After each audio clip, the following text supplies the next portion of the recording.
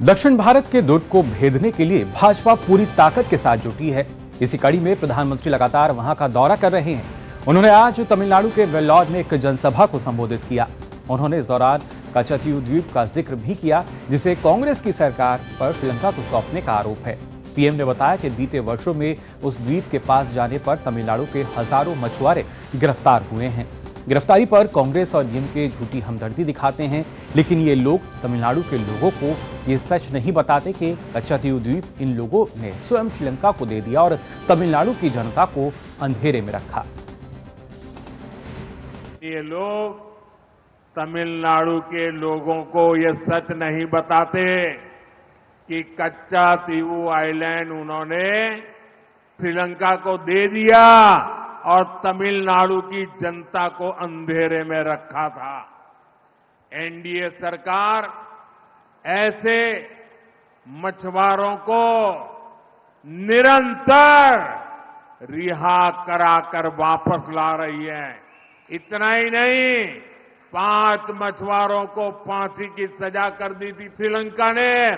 मैं उनको भी जिंदा वापस लौट के आया था।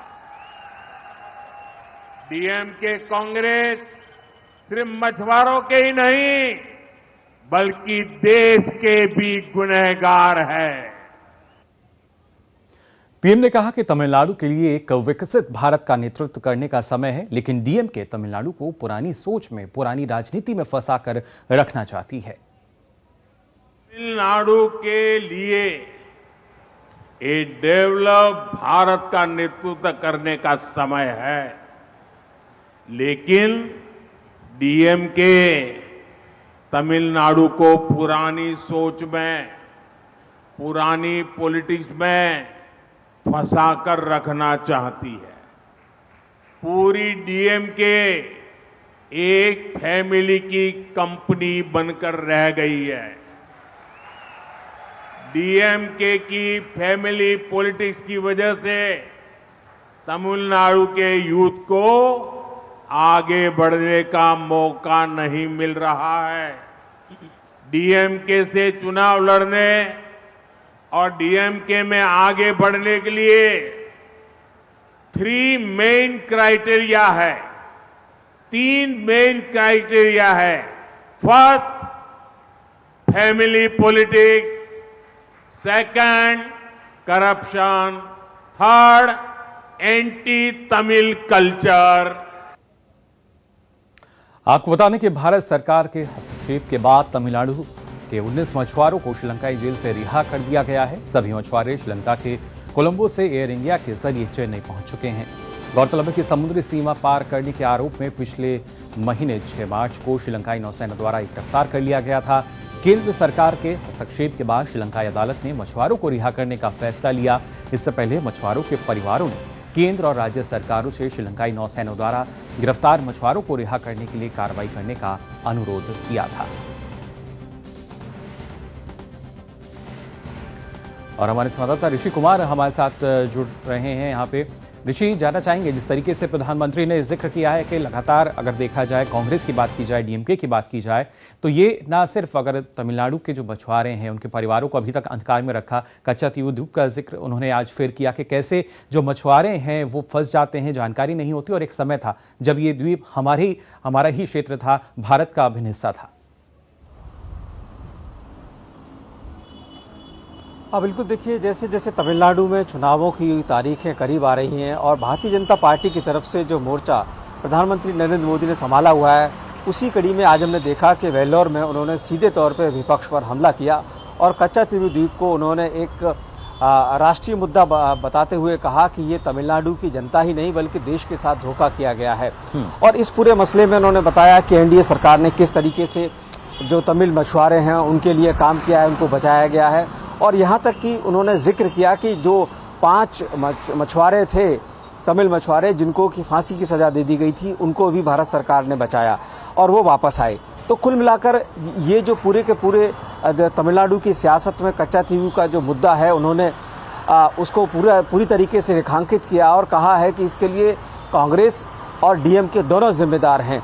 इस पूरे मसले पर उन्होंने पहले भी इस मुद्दे को रखा है उन्होंने एक और बात कही कि जिस तरीके से तमिलनाडु की राजनीति को डीएमके ने अपने 3 लक्ष्यों के माध्यम से घेर रखा है, जिसमें उनकी पहली प्राथमिकता है कि उनका परिवार, दूसरा करप्शन और तीसरी बात यह कि वो तमिलनाडु की जो तमिल कल्चर है उसके खिलाफ जाते हैं। उन्होंने जिक्र किया कि किस तरीके से सेंगोल को जब संसद में स्थापित किया गया उसका विरोध डीएमके ने किया और जो काशी तमिल संगम है उसका भी यहाँ पर उस तरीके से डीएमके ने उसका समर्थन नहीं किया। तो कुल मिलाकर एक तीखा हमला उन्होंने विपक्ष पर बोला है और इस पूरी की पूरी जो दक्षिण की ओर रुख करने का जो मायने हैं उसमें भारतीय जनता पार्टी की रणनीति यही है कि तमिलनाडु में अपनी न सिर्फ जीत को सुनिश्चित किया जाए बल्कि जो यहाँ पर उनकी रणनीति है कि आक्रामक रणनीति के तहत जनता के बीच में उन मुद्दों को रखा जाए जो उनके लिए न सिर्फ भावनात्मक हैं बल्कि उनके हित में क्या क्या हो सकता है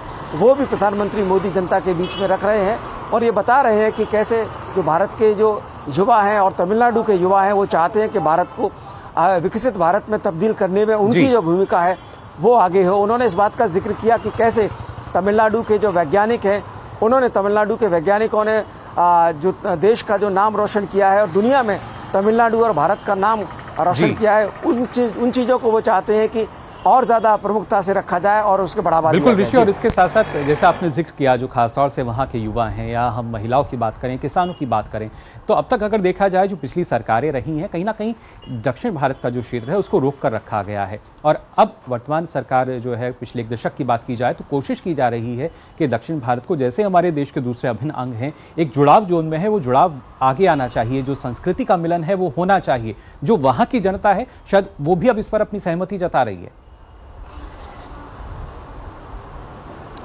बिल्कुल, देखिए जिस तरीके से भाषण के दौरान प्रधानमंत्री मोदी ने जब काशी तमिल संगम की बात की तो उस समय जो जनता का जो रिएक्शन था वो बता रहा था कि जनता इस बात को पसंद कर रही है और उन्होंने तमिलनाडु के लोगों का सीधा आह्वान किया और उन्हें निमंत्रण भी दिया कि वो काशी आएँ। उन्होंने कहा कि मैं काशी का सांसद होने के नाते आपको सीधे निमंत्रण दे रहा हूँ कि आप वहाँ पर पहुँचें। इस बात को जिस तरीके से उन्होंने जनता के बीच में रखा और उसका समर्थन जनता ने किया उससे लगता है कि जनता इस बात को समझती है कि जो दोनों इलाके हैं उनके बीच में किसी भी तरीके का कोई भेद नहीं है और भारत की जो सांस्कृतिक एकता है, विविधता में एकता की जो कहानी है वो सच में इस तरीके के प्रयासों से आगे बढ़ती है।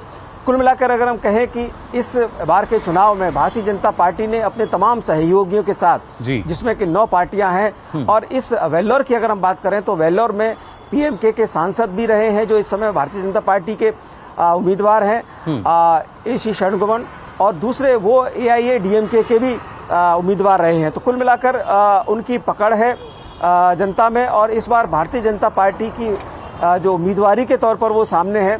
एक बड़ा अनुभव, लंबा अनुभव उनके पास सियासी है। ऐसे में ये रैली के माध्यम से भी भारतीय जनता पार्टी ने ये सुनिश्चित किया है कि वेल्लोर में उनकी न सिर्फ जीत हो बल्कि बड़ी मात्रा में जीत हो और इस बात को उस जीत को सुनिश्चित करने की जो तैयारी है कहा कि वेल्लोर इस बार जो इतिहास रचने जा रहा है वेल्लोर, इस बात को उन्होंने रेखांकित किया। जी बिल्कुल, इतिहास रचने जा रहा है लेकिन उससे मजबूत स्थिति की अगर बात की जाए क्योंकि कोशिश यही की जा रही है कि देश को मजबूती मिले, जो अलग अलग देश के हिस्से हैं उनको कैसे उसमें जुड़ाव जो है वो हम ला सकते हैं। फिलहाल बहुत बहुत शुक्रिया आपका ऋषि हमारे साथ जुड़ने के लिए।